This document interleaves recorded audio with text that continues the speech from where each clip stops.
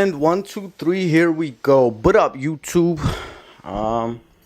It's proof to me that you're alive. We're back, man. I've been away for a little bit now, and I thought to reinvent myself, prove to me that you're alive. So you see me in a new setting, fresh new location. And as always, man, I'm just here to bring you the real shit. Good evening to everybody. It's late night. I hope that hope is for suckers. So I wish that this video finds everybody a good health. This mic is a little weird. I haven't tried this yet. It's like right in my face, but I guess this is the way for you to hear me well and hear me clearly. So a lot, my two viewers or whoever's gonna watch this, man, is probably gonna ask themselves, what the hell is this dude doing with shades on, late at night inside? But I started with this new phase of prove to me that you're alive. I'm gonna start this new thing where I'm gonna rock symbolic shades every podcast, man. So basically, symbolic shades is representing something that I'm going to talk about. I haven't yet, gotten a name for these ones, but I don't know, man. I guess, they're dark shades, man. And the shit that I'm going to talk about tonight is, it's a dark subject. So I'm going to come up with a name. And when I do, you'll be the first to know. It's like mad uncomfortable, man, to get around the mic. My sunny cup. Wishing that shit would always be sunny, but as we know already, shit is not always sunny. And tonight I want to talk about Lil Peep, man. I'm a firm, I'm not gonna say believer, but firm knower of reincarnation. A lot of us have actually done past life regressions and things like that. So, we know for a fact that reincarnation exists. I don't know. We don't know where. We don't know when we're going to reincarnate. But, I'm wishing a good reincarnation for Lil Peep. And me being back, I wasn't gonna touch on this subject, and all of a sudden, this happened. And I gotta be honest, I wasn't really a fan of Lil Peep. Wasn't crazy about him, but someone that's very dear to me is a fan. And I really want to shout out all the fans, and I want to send my condolences to all the fans. A lot of people, they always send condolences to family members and close ones, friends, and I want to send my condolences to the fans. I mean, to the family members and friends also, of course, but really the fans, a lot of us don't really think about it, but fans find a connection with an artist that, each individual fan finds their own connection with an artist that, it's not easy to explain, man. They find solace in their lyrics, and in a lot of ways, an escape mechanism, if you will, and it's, I remember my favorite rapper, Tupac, when I found out that he passed.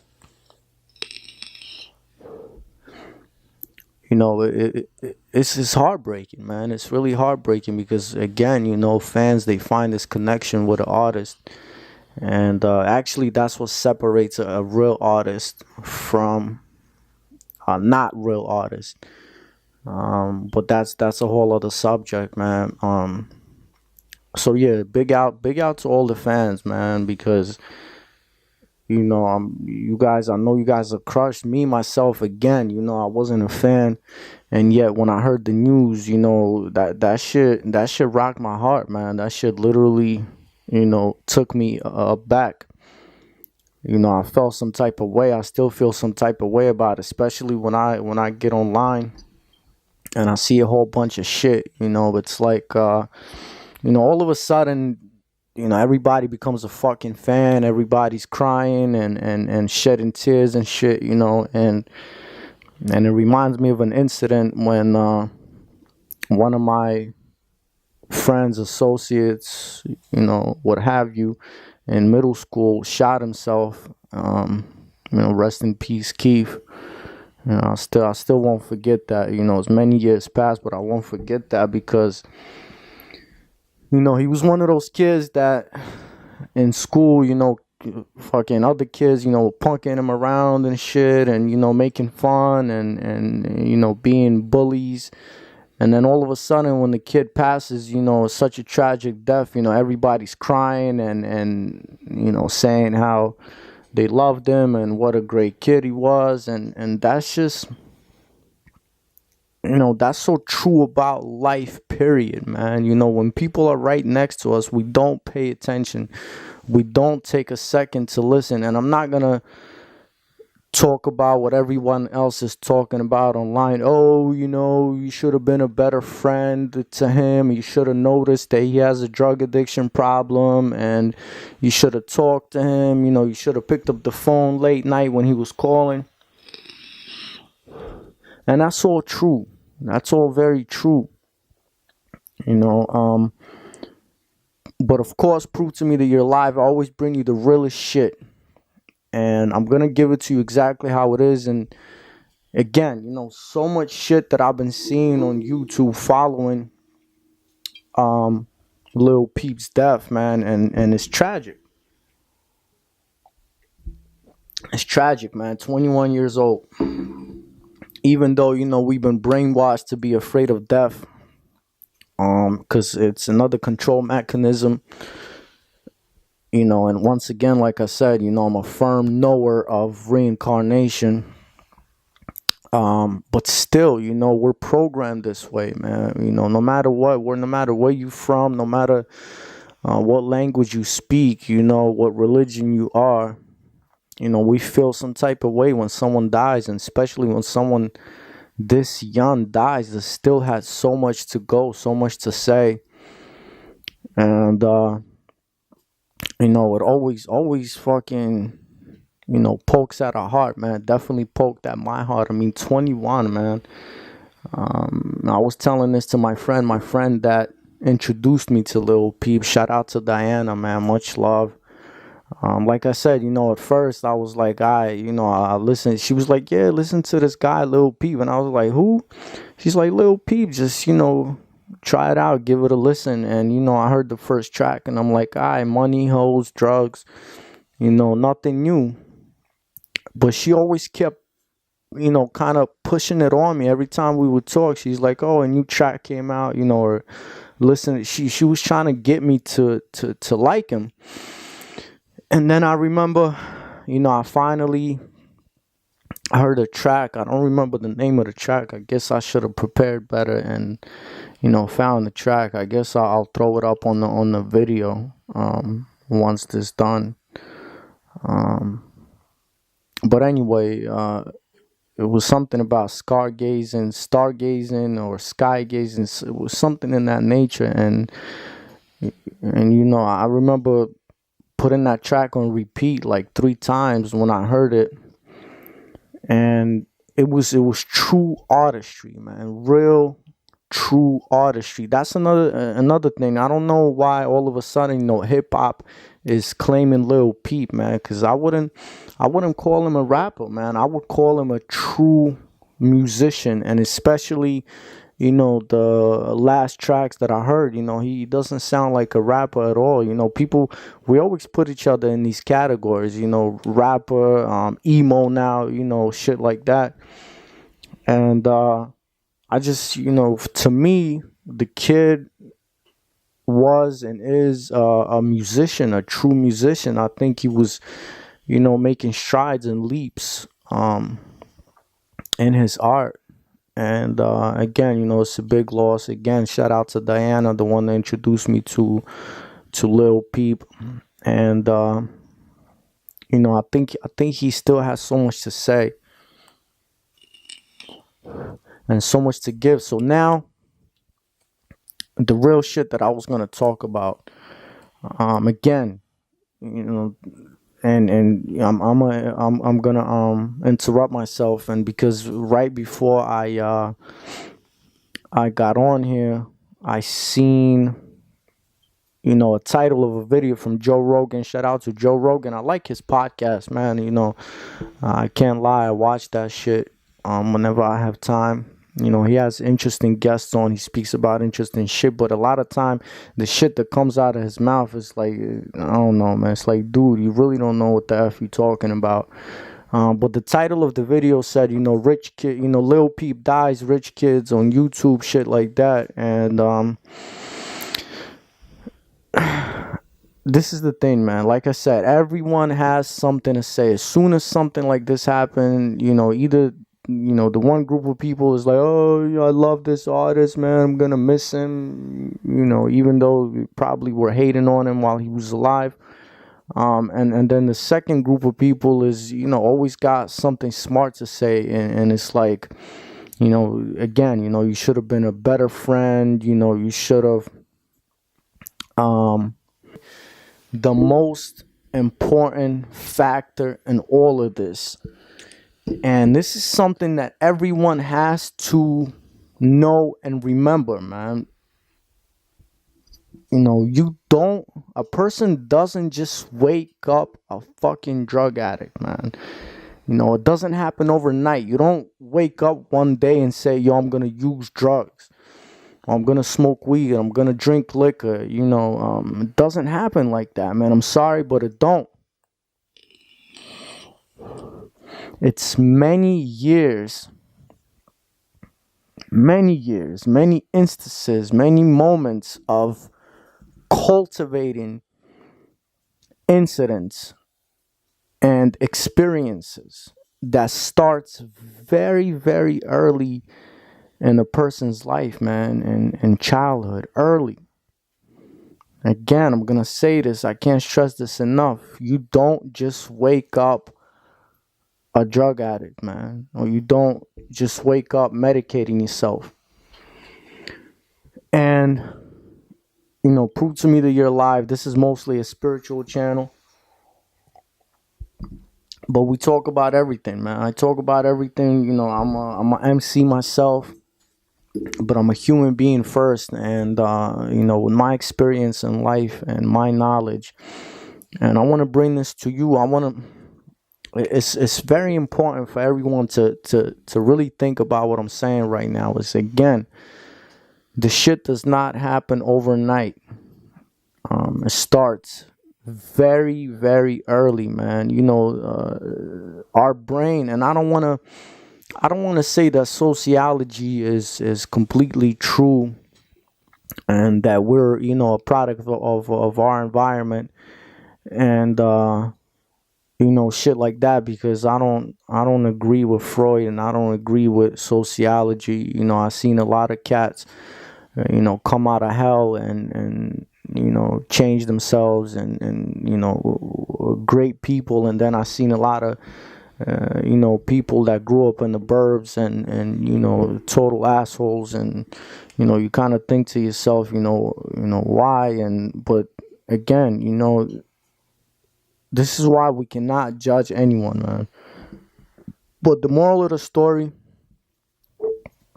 on this podcast is that it's we have to look at our society, and lately we've been doing that. We're in the information age, and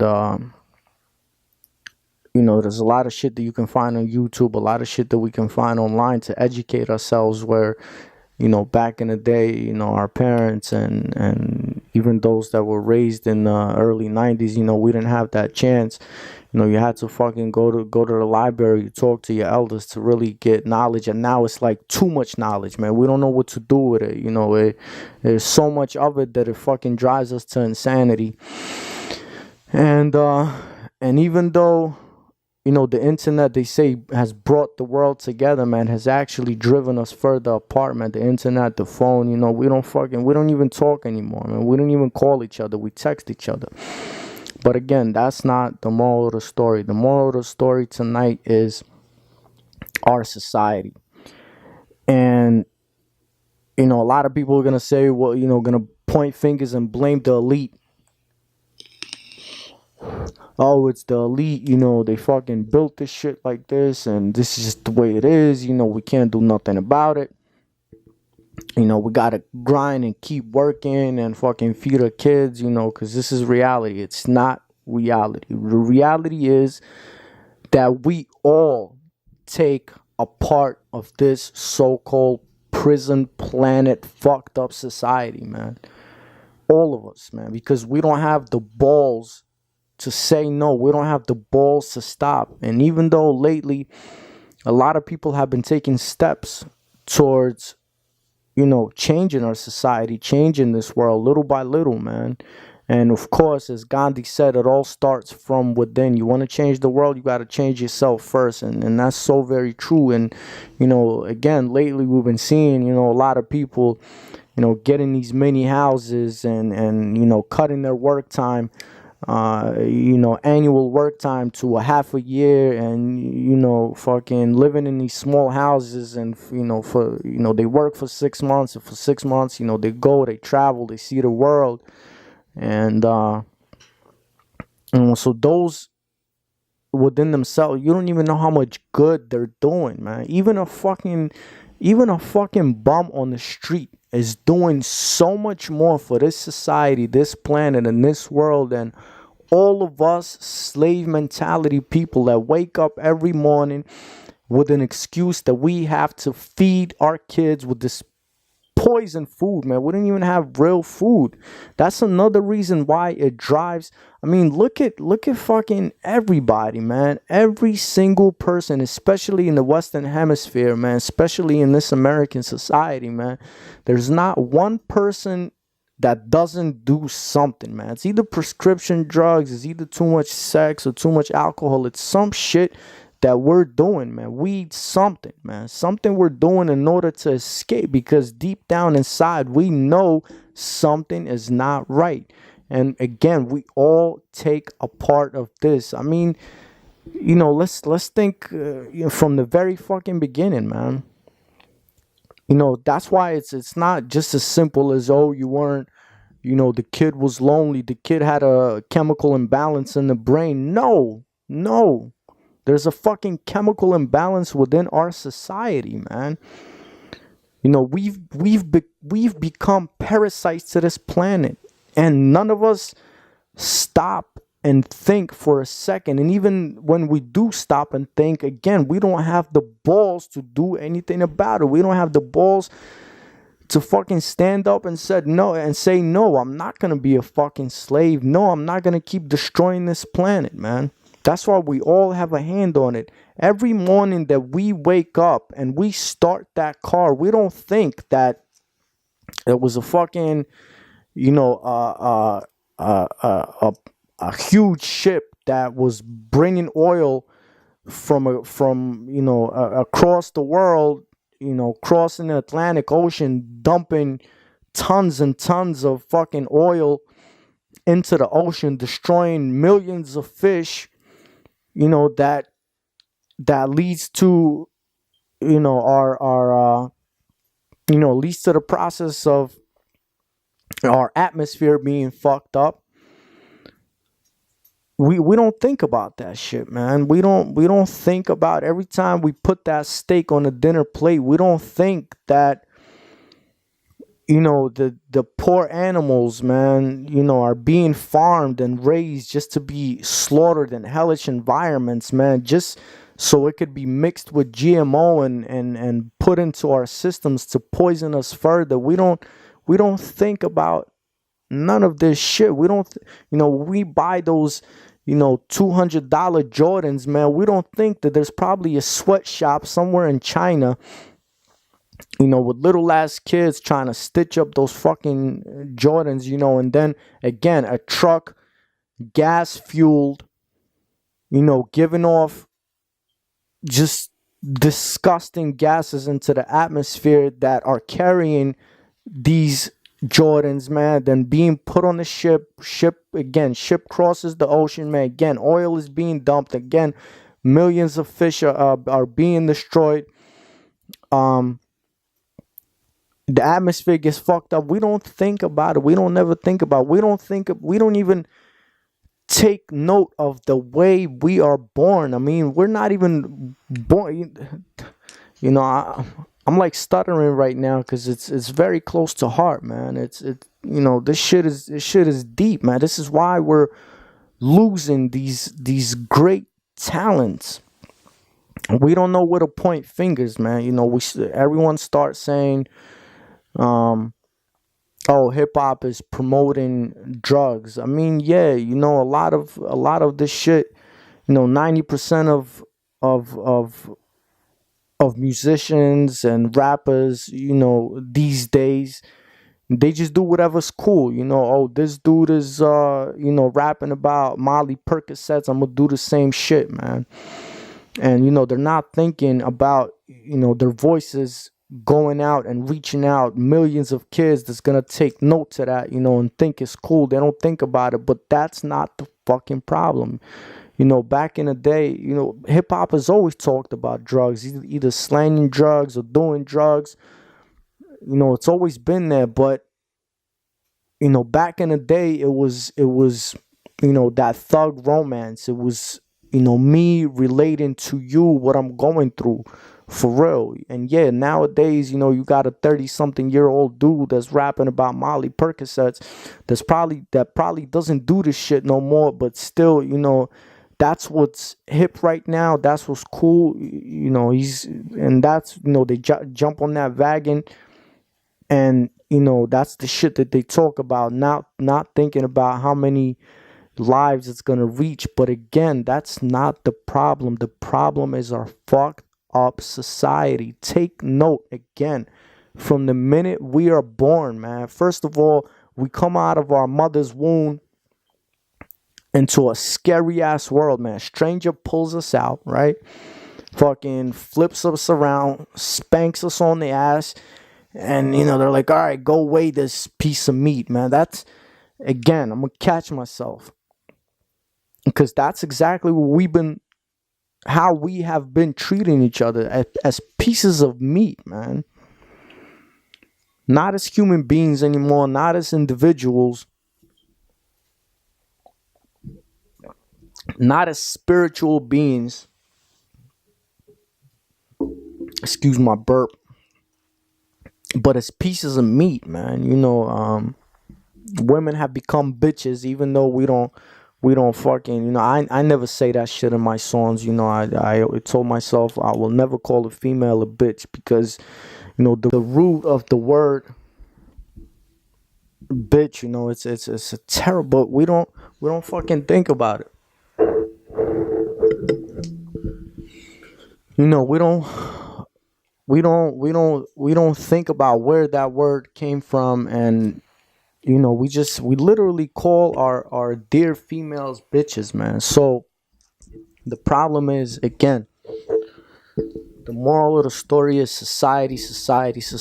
Again, from the minute we are born, man, some stranger pulls us out, flips us around, and says, go weigh this piece of meat.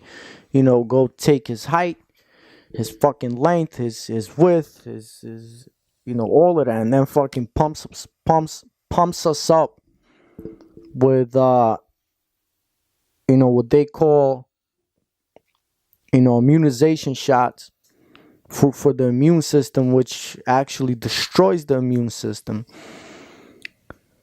But then we jump to the period, the most important period of everyone's life is about from the age of 3 to the age of 5, or from the age of 2 to the age of 5 is when our brain really starts soaking in the world, soaking in the information, soaking in the people around us, our family. And the way we raise our kids, man, is completely fucking backwards.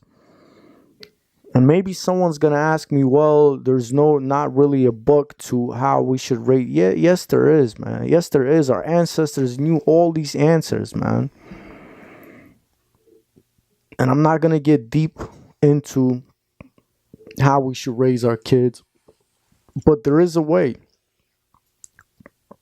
And the way we have been doing it is completely fucked, man. It's completely backwards again. And that's where everything starts, man. Is it a chemical imbalance? It has something to do with it. But that starts very early.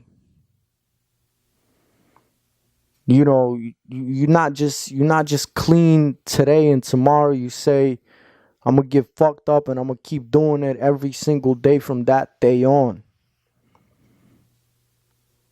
It's a collection of all the incidents and all the experiences that we start, gaining early, very, very early is their inner judgment, if you will, that we all have, these inner critics. Every time someone, let's say we're kids and someone older says something fucked up to us, it's inner value that starts diminishing. We start, they say if someone calls you an asshole, you're not gonna be an asshole. But if someone calls you asshole enough, you're gonna start feeding into this shit. You're gonna start believing it yourself, and that's what it is, man. We do have these things that are called engrams. From every experience, from every time something happens, man, these engrams keep, being stashed away in the back of our minds that later on make up who we are, subliminally and unconsciously, man, and subconsciously, that make us who we are, man. And it's it's not just a case of no one was a good friend to Lil Peep, even though I'm pretty sure, just like the last, what was it, Instagram post, the Twitter post, or whatever it was, of the kid, young man, taking those the bars, man, the Xannies, man. And, someone was filming that shit. And if we cared enough about each other, of course we would say something, man. If we had enough balls not to just be cool, we would all do something about it, man. And I don't want to keep repeating myself, but again, that's the moral of the story tonight. Everybody, whoever's going to watch this, my 2 viewers, whoever's going to see this shit,